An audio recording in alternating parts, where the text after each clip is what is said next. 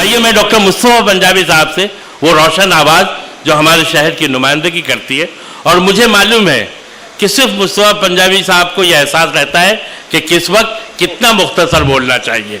आप सबकी तालियों की गूंज में मैं डॉक्टर मुस्तफा पंजाबी साहब से गुजारिश कर रहा हूँ कि वो आएँ और सोहेल भाई से मुताल्लिक़ अपने ख्यालात कहें। ज़िंदगी दी है तो जीने का हुनर भी देना, पाँव बख्शे हैं तो तौफीक़ सफ़र भी देना।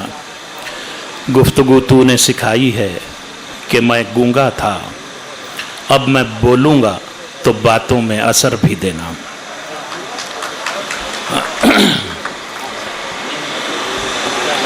आज के इस पुरवकार बामकसद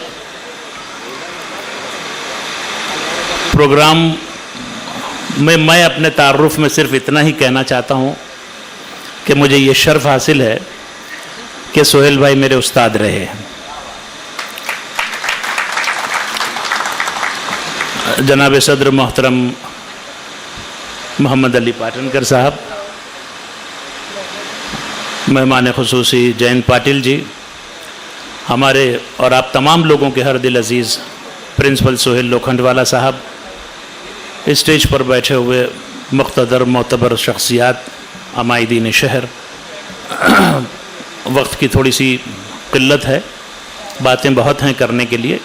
एक या दो बातें आप लोगों के सामने करके सबसे पहले मैं मुबारकबाद दूंगा डॉक्टर अलाउद्दीन को, अवामी राय और उनके तमाम मुतल्लिक़ीन और उनके अराकीन को कि उन लोगों ने ये खूबसूरत महफ़िल सजाई। बम्बई जैसे मसरूफ़ शहर में मिल बैठने के मौके बहुत कम मिलते हैं।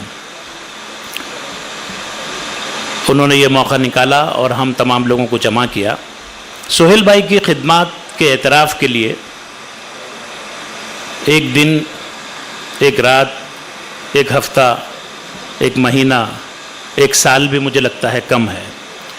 और उसके साथ ही इस बात का भी एहसास होता है कि जब से इन्होंने आंखें खोली, मुझे लगता है इन्होंने खिदमत का सिलसिला शुरू कर दिया।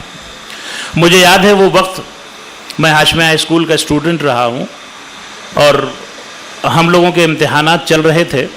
हमारे यहाँ पहले फ़िज़िक्स, केमिस्ट्री, हायर मैथ्स वगैरह हुआ करता था, बाद में तो सब पैटर्न थोड़ा सा एजुकेशन का चेंज हो गया।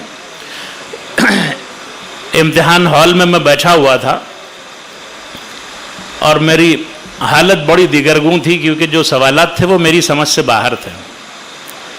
और इत्तेफाक से उस इम्तिहान गाह के सुपरवाइज़र मोहतरम सोहेल लोखंडवाला साहब थे।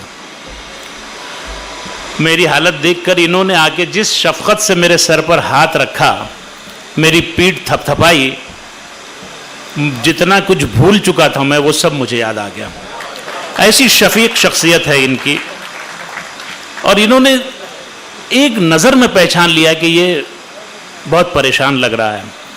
वो दिन और आज का दिन, सोहेल भाई की शख्सियत मेरे दिल में ऐसी घर की हुई है कि इनके बारे में जितनी भी तारीफ़ की जाए वो कम है, इनकी खिदमत का जितना भी एतराफ़ किया जाए वो कम है। एक दो बात बड़ी मुख्तसर से कहना चाहता हूँ।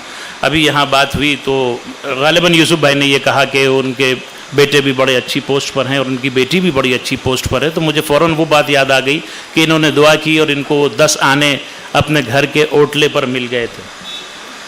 तो ये देन अल्लाह की तरफ से है। इनके बच्चों को, इनकी मेहनतें तो यकीनन होंगी भाभी की और सोहेल भाई की, लेकिन ये तमाम बख्शिश अल्लाह की तरफ से है इनको, इनकी शख्सियत की वजह से, इनकी मोहब्बत की वजह से, इनके अखलास की वजह से।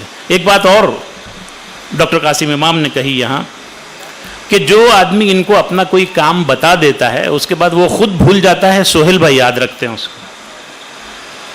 यानी कोई काम अगर सोहेल भाई ने अपने ज़िम्मे लिया है तो सुबह उठने के बाद जब वो डायरी खोलते हैं तो एक एक चीज़ पर नज़र रखते हैं अपनी कि मुझे आज क्या क्या करना है।